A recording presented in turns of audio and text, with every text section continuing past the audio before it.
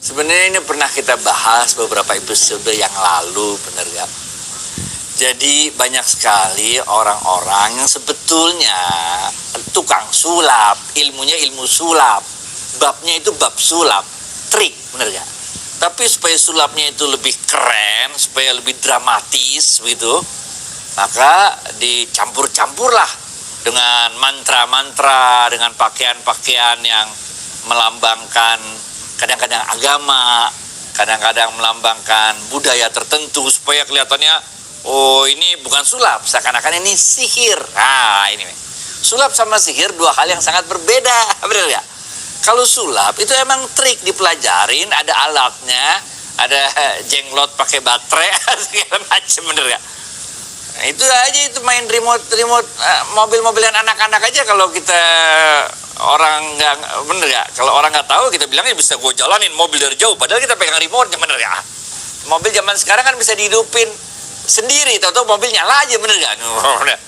Jadi kadang-kadang sulap ini dengan berbagai trik dan berbagai teknologinya itu bisa dipandang mirip-mirip dengan sihir, bener gak? Padahal isinya sebenarnya trik sulap dan teknologi aja yang dibungkus dengan berbagai hal supaya kelihatan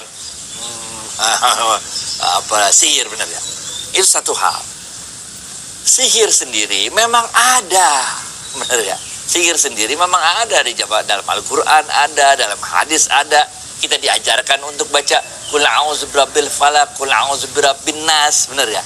Di zaman Rasulullah SAW ada hadisnya. Orang yang pakai ilmu sihir, bahkan dalam Al-Quran jelas sekali diturunkan dua malaikat untuk mencoba manusia agar manusia itu tergoda dengan ilmu-ilmu seperti itu.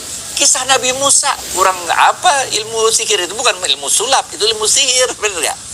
Ketika tongkat-tongkat dari para pesihir Fir'aun dilepaskan berubah jadi ular, kemudian Nabi Musa disuruh oleh Allah melepaskan tongkatnya jadi ular. Tukang sihirnya tahu ini beda nih, ularnya Nabi Musa sama ularnya kita beda nih. Ular Nabi Musa bener-bener ular, bener gak? Sedangkan ular kita cuma ular sihir. Sihir itu adalah mengelabui level nyawa kita, panca indera kita, sehingga orang ngelihatnya itu seakan-akan ular. Nah ini ilmu sihir itu di situ. Ilmu sihir itu situ. Sehingga itu sebabnya juga sebetulnya kalau kita berlindung pada Allah, maka panca indera kita yang dikelabui dengan ilmu sihir itu jadi nggak mempan, karena kita bukan sekedar melihat pakai level nyawa, tapi kita ngelihat pakai level jiwa, ruh, benar gak? Kita berlindung pada Allah sehingga kita nggak terpengaruh dengan ilusi-ilusi yang dimunculkan dari sihir-sihir tersebut.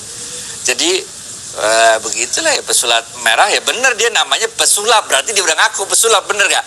Ya ini kita minta aja dukunnya supaya jangan ngaku dia sihir lah, dia emang pesulap tapi gaya dukun kan bisa juga gitu. Baik itu ya Vita. Maaf Ustaz, dikit lagi, menarik nih.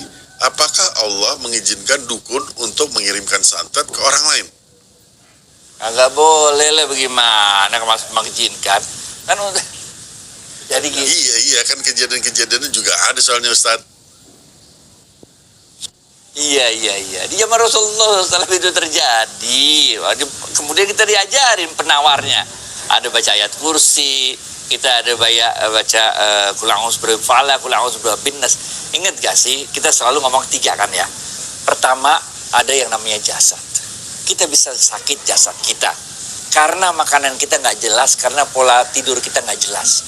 Tapi menurut ilmu kedokteran itu sendiri, jasad kita juga bisa sakit karena pikiran. Pikiran ini bukan jasad, men. Pikiran ini nyawa. Nah, nyawa inilah yang diganggu oleh sihir itu, benar ya? Sehingga kita nggak mau makan, sehingga pikiran kita kalut, ingat sama tuh cewek terus. Kita frustasi, kita depresi, seakan-akan hidup kita hancur karena cinta kita ditolak oleh cewek tersebut. Makanya kalau zaman dulu ketika cinta ditolak, dukun bertindak. Waktu SMA gitu, bener gak? Jadi yang ini nyawa, level nyawa. Nah ketika nyawa kita diganggu, maka jasad kita juga kena. Karena nyawa kita termakan ilusi-ilusi itu. Kita jadi ketakutan, bener ya? Jadi stres, banyak pikiran. Banyak pikiran jadi sakit mah. Bener gak? Sakit mah macam lah ceritanya nanti. Bahkan lebih dari itu, kita depresi. Merasa hidup ini nggak ada artinya lagi dan sebagainya. Mau bunuh diri, macam-macam. Itu levelnya level nyawa. Sihir itu mainnya di level nyawa. Bener gak? Dan ada yang ketiga, jiwa, ruh. Bener kan? Nah, kalau ini lain, bos. Nah, itu sebabnya waktu itu udah kita bilang kan, kalau sakit jasad, pergi ke dokter. Bener ya? Kalau sakit jasad yang disebabkan karena nyawa, karena pikiran dan sebagainya, libatkan psikolog dan psikiater. Bener ya?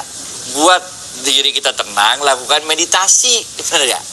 Tapi, jangan lupa, kalau di dalam level nyawa ini kita ada unsur sihirnya, kita mesti pakai ruqyah juga untuk menangkal sihir tersebut.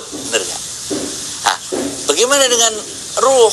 Ruh ini ketika diri kita dikuasai oleh nyawa, yang nyawanya itu udah dikuasai oleh sihir, maka ruh ini menjadi takut, dia kecil gitu. Nah, ini harus kita booster. Ah, boosternya itu macam-macam tuh. Biasanya kita ada yang air kita bacain segala macam. Nah, itu jadi timbul persoalan juga. Kok air dibacain bagaimana? Lah, pita kaset aja bisa merekam suara, apalagi air. Masa kagak bisa ngerekam suara air, bener gak? Piringan hitam aja bisa ngerekam suara, men. Ya, air bisa juga ngerekam suara. Cuman teknologinya belum nyampe. Bener gak? Oke. Nah, jadi kita istilahnya bukan jimat, tapi dikasih bacaan-bacaan, dan baca ini ya, baca itu, baca ini, baca itu, untuk menguatkan, membooster ruh kita, sehingga insya Allah lah, bismillah udah. Istilah dukun adalah orang yang punya pengetahuan untuk bisa menyembuhkan suatu penyakit, kan gitu.